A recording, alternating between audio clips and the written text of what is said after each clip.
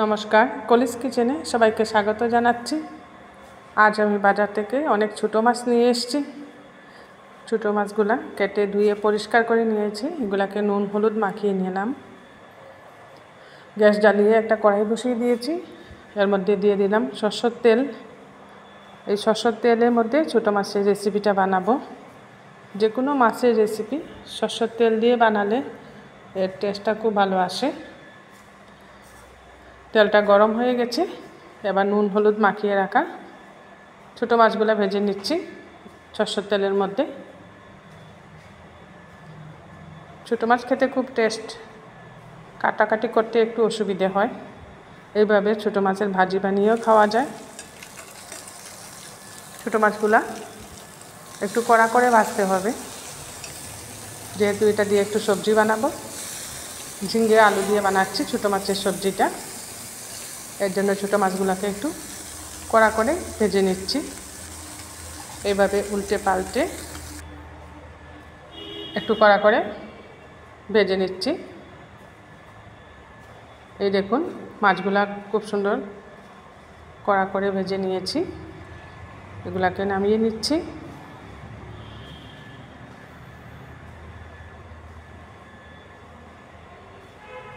মধ্যে মধ্যে এইভাবে ছোটো মাছ বাজার থেকে নিয়ে এসে বানিয়ে রান্না করলে রুচিরও একটা পরিবর্তন হয়। একঘেয়েমি বড় মাছ খেতে খেতে যখন আর ভালো লাগে না। মাছ ভাজার কড়াইয়ের মধ্যে আরও একটু সরষের তেল দিয়ে দিলাম। সরষের তেলের মধ্যে দিয়ে দিয়েছি পাঁচফোড়ন দিয়ে বানাবো ঝিঙে আলুর ছোটো মাছের সবজিটা। পাঁচফোড়নটা ভাজা ভাজা করে নিয়েছি। কেটে রাখা ঝিঙে আলু দিয়ে দিচ্ছি। ঝিঙে আর আলুগুলোকে ছোটো ছোটো করে কেটে নিয়েছি। এবার গুঁড়া মশলা দিয়ে দিচ্ছি। এর মধ্যে হলুদের গুঁড়া দিচ্ছি, জিরে গুঁড়া দিচ্ছি, আর চেরা কাঁচা লঙ্কা কয়েকটা দিয়ে দিচ্ছি। পরিমাণ মতো লবণও দিয়ে দিলাম।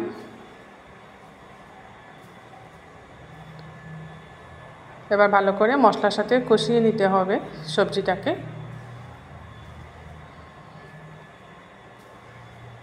এইভাবে গ্যাসের হিটটা বাড়িয়ে সবজিটাকে কষিয়ে নিচ্ছি। একটু সময় ঢাকা দিয়ে দিচ্ছি, এতে করে আলুগুলো একটু নরম হবে, ঝিঙেটাও নরম হবে। দেখুন, ঝিঙে থেকে অনেক জল বেরিয়ে এসছে।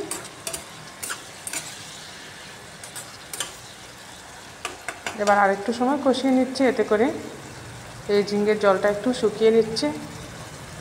একটু ঝিঙের জলটা শুকিয়ে নিয়ে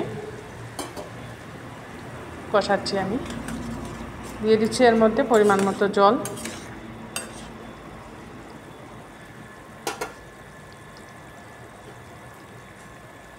একদম সিম্পল একটা রেসিপি, কম মশলা দিয়ে বানিয়ে নিচ্ছি।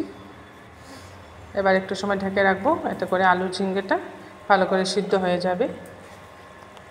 এইভাবে ঢেকে ঢেকে রান্নাটা করলে রান্নাটা মজবে খুব সুন্দর। এবার ভেজে রাখা ছোটো মাছগুলো দিয়ে দিচ্ছি। ছোটো মাছগুলো দিয়ে বেশি নাড়াচাড়া করবো না, একটু আলতো হাতে নাড়িয়ে দিচ্ছি। একবার এইভাবে উপর নিচ করে নিচ্ছি ঝিঙে আলু আর ছোটো মাছ।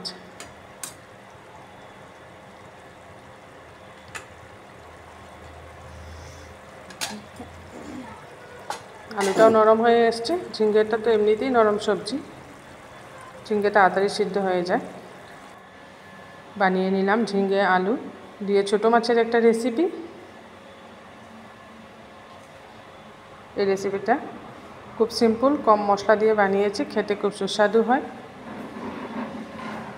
আমার মতো করে আপনারাও এভাবে ঝিঙে আলু দিয়ে একদিন ছোটো মাছ বানিয়ে খাবেন। চিকেনগুলোকে এইভাবে চিকন চিকন করে কেটে নিয়েছি। এটা একটা ছোটো পাম্পকিন ছিল, এটাকে এইভাবে চিকন চিকন করে কেটে নিয়েছি। এখানে 6-7টা বড়া বানিয়ে নেব। এর জন্য একটা ব্যাটার বানিয়ে নিচ্ছি। এখন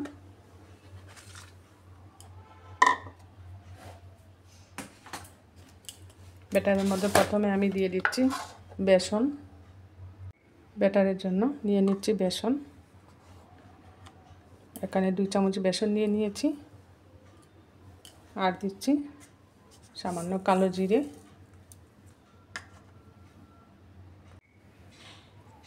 আর দিচ্ছি সামান্য হলুদের গুঁড়া, সামান্য জিরে গুঁড়া, সামান্য ধনে গুঁড়া, আর পরিমাণ মতো লবণ দিয়ে দিচ্ছি।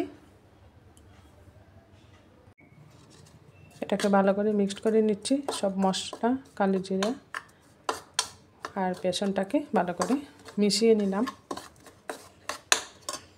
এবার অল্প অল্প জল দিয়ে ব্যাটারটা বানিয়ে নিচ্ছি।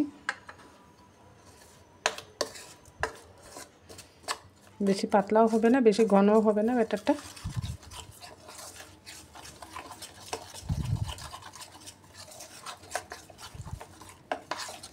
আর একটু জল লাগবে।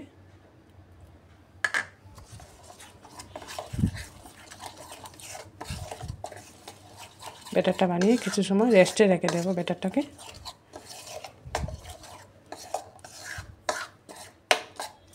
এইভাবে একটা ব্যাটার বানিয়ে নিয়েছি, ব্যাটারটাকে এখন আমি রেস্টে রেখে দিচ্ছি। গ্যাস জ্বালিয়ে একটা কড়াই বসিয়ে দিয়েছি, দিয়ে দিচ্ছি এর মধ্যে সামান্য রিফাইন্ড অয়েল। পামকিনগুলো আমি অল্প তেলেই ফ্রাই করব, তার জন্য এখানে অল্প তেল দিয়েছি। তেলটা গরম হয়ে যাক। ব্যাটারটা খুব সুন্দর হয়েছে, রেস্টে রেখে দিয়েছিলাম, এর জন্য খুব সুন্দর হয়েছে ব্যাটারটা।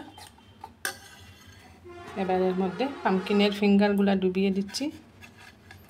পামকিনের ফিঙ্গার ফ্রাই বানাচ্ছি এটা। এইভাবে পামকিনগুলো ডুবিয়ে নিচ্ছি। ব্যাটারটাকে ঝেড়ে অন্য একটা প্লেটে নিয়ে নিচ্ছি। নিয়ে এবার এর উপর দিকে দিয়ে দিচ্ছি তিল। এইভাবে পামকিনের মধ্যে তিল লাগিয়ে নিচ্ছি, এতে করে পামকিন ফ্রাইটা আর বেশি টেস্ট হয় খেতে। এভাবে তিল লাগিয়ে নিয়েছি, গরম তেলে দিয়ে দিচ্ছি।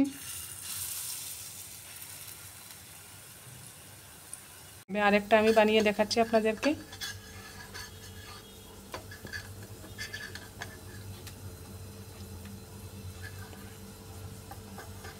এভাবে ব্যাটারটা ঝেড়ে আরেকটা প্লেটে নিয়ে নিয়েছি। এবার এর মধ্যে দিয়ে দিচ্ছি উপর থেকে তিল।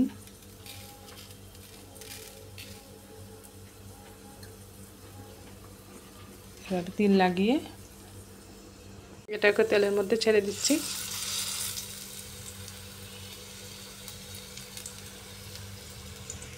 এবার এগুলাকে আমি ধীরে ধীরে উল্টে দিচ্ছি।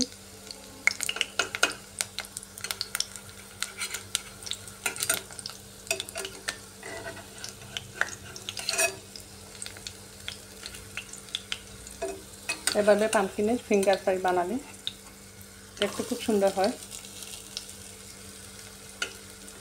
খেতেও ভালো লাগে। তিল দেওয়ার দরুন খুব টেস্ট হয় ফিঙ্গার ফ্রাইটা।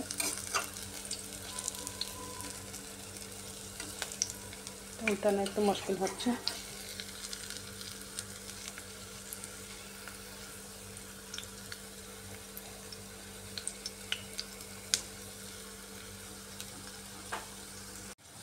এগুলাকে আরও একবার উল্টে দিচ্ছি। গ্যাসের আঁচটা একদম কম করে ধীরে ধীরে ভেজে নিচ্ছি, এতে করে ভিতরটাও ভাজা হবে, কাঁচা থাকবে না।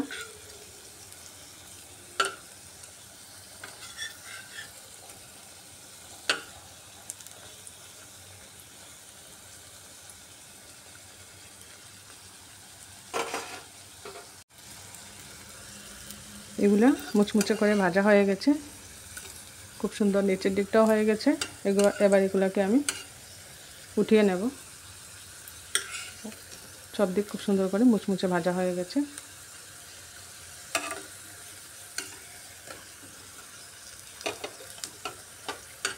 উঠিয়ে নিচ্ছি এগুলো।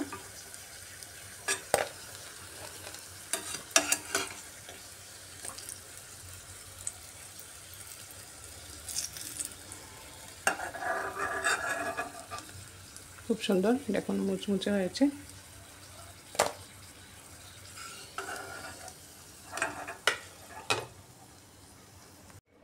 বানিয়ে নিলাম খুব সুন্দর পামকিন ফিঙ্গার ফ্রাই। এরকম ছোট্ট ছোট্ট মিষ্টি লাউ ঘরে থাকলে আপনারা এইভাবে তিল দিয়ে পাম্পকিন ফিঙ্গার ফ্রাই বানিয়ে নিতে পারেন। আমার এই দুইটা রেসিপি যদি আপনাদের ভালো লাগে বানিয়ে খাবেন, কমেন্টে জানাতে ভুলবেন না কীরকম লাগলো। আর লাইক শেয়ার সাবস্ক্রাইব করবেন আমার চ্যানেলটা, বেল আইকনটা টিপবেন, এতে করে যখন এরকম নতুন নতুন রেসিপি আপলোড করি সাথে সাথে নোটিফিকেশনটা পেয়ে যাবেন।